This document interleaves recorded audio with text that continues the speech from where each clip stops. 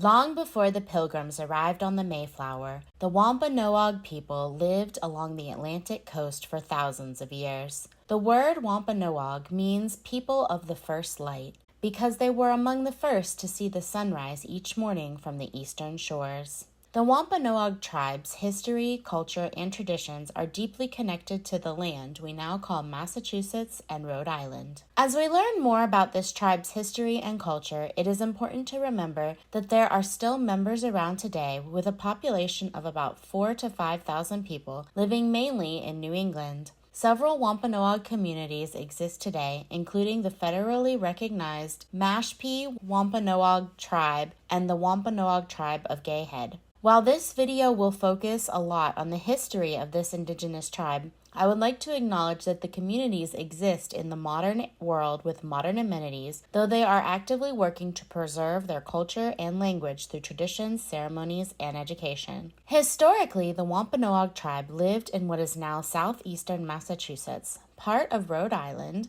and the nearby islands of Martha's Vineyard and Nantucket. Their villages were often built near rivers, the ocean, or forests because these places provided food, fresh water, and materials for shelter. The Wampanoag people moved between coastal and inland areas depending on the season. The Wampanoag language, Wôpanâak, is Algonquin. Sadly, as is the case with many indigenous languages, there was an effort to erase this language by the European settlers, and it almost went extinct. Luckily, the tribe was able to revive it. Thanks to the Wôpanâak Language Reclamation Project, founded in 1993, its revival relies on historic documents, most notably the 1663 Elliott Indian Bible, along with land deeds and other written texts. There are approximately 15 fluent adult speakers as of 2025. However, that number is growing as the language is taught in a Wampanoag-based school and is being spoken by a new generation, with about 75 to 100 children at varying levels of fluency. This effort made it the first language to be revived in the U.S. after having no living native speakers. Historically, the Wampanoag lived in homes called Wetus, which were dome-shaped shelters made from wooden frames covered with bark and cattail mats. Inside, families cooked over a central fire and slept on woven mats or furs. Women were responsible for growing crops like corn, beans, and squash. This mix was called the Three Sisters that grew together and supported each other in the soil. Men hunted deer, rabbits, and birds and fished using canoes carved from hollowed-out tree trunks. Every member of the community played an important role in providing for their people. The Wampanoag tribe crafted wampum from the purple and white shells of quahog clams and whelks along the Atlantic coast. Each bead was carefully shaped, polished, and sometimes strung together into intricate belts or strands. While wampum was often used in trade with neighboring tribes and later with European settlers, its value went far beyond money. For the Wampanoag and other Algonquin-speaking peoples, wampum served as a sacred record-keeping tool, used to document important treaties, tell stories, and mark significant events. The patterns and colors in wampum belts carry deep symbolic meaning, recording agreements, honoring leaders, and representing spiritual beliefs. Creating wampum required great skill and patience, and those who made it held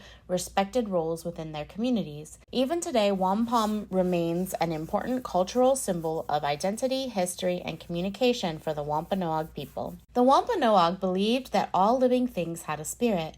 From the smallest fish to the tallest tree, they gave thanks for nature's gifts and often held ceremonies to honor the Creator. Storytelling was an important way to pass down lessons, history, and values. Many of these stories taught respect for the earth and the balance of life. A prominent Wampanoag myth is the legend of the giant Moshup. Moshup was a powerful protective figure who taught the people to fish and hunt whales. He cooked them by throwing them onto the rocks and turning the cliffs red with whale oil, which is how the famous red cliffs of Acknowledgements are said to have gotten their color. In some versions of the story, Moshup created parts of the land itself. When he shook the dirt and the rocks from his moccasins, they became the nearby islands of Nantucket and Martha's Vineyard, which the Wampanoag called Nopi. On the other end of the spectrum from giants are the mischievous Pukwudgies, said to be about 2 feet tall. According to Wampanoag legend, Pukwudgies are small magical creatures that can appear and disappear at will, shapeshift, and use magic or poison arrows to harm humans. They were once friendly to people but became mischievous and dangerous after turning against them. Out of jealousy for the love people showed Moshup, they caused chaos among humans, leading Moshup to banish them. Now they play cruel tricks, kidnap victims, and even cause deaths. When the Pilgrims arrived in 1620, they struggled to survive the harsh winter. The Wampanoag people, led by Chief Massasoit, helped them learn to plant crops and find food. A man named Squanto acted as a translator and guide because he learned English earlier in his life. This cooperation led to what many people now call the First Thanksgiving, though it was originally a harvest celebration shared between the Wampanoag and the Pilgrims. However, the story does not end with the first Thanksgiving. Throughout the next few centuries, there would be a complex history for all the indigenous nations in North America, filled with disease, war, and an erasure of culture. This sad truth is not something that should be left out of learning about the history of these amazing people. As I already mentioned, the Wampanoag Tribe still exists today. Many Wampanoag people continued their ancestors' deep respect for the land by actively working to protect the environment. Their traditional beliefs teach that humans are caretakers of the earth, responsible for keeping nature in balance. Today, this wisdom guides many Wampanoag-led projects focused on restoring coastal ecosystems, protecting native plants and wildlife, and preserving clean water sources. Some tribal members work in environmental education, teaching younger generations about sustainable fishing, farming, and harvesting practices that have been passed down for centuries. Through these efforts, the Wampanoag not only safeguard their ancestral homelands, but they also help ensure that future generations, both native and non-native, can enjoy and learn from the natural world. And now it's time for some fun and fascinating facts about the Wampanoag tribe. And if you've enjoyed this video, remember that liking and subscribing are completely free. And let me know in the comments about the indigenous people in your area.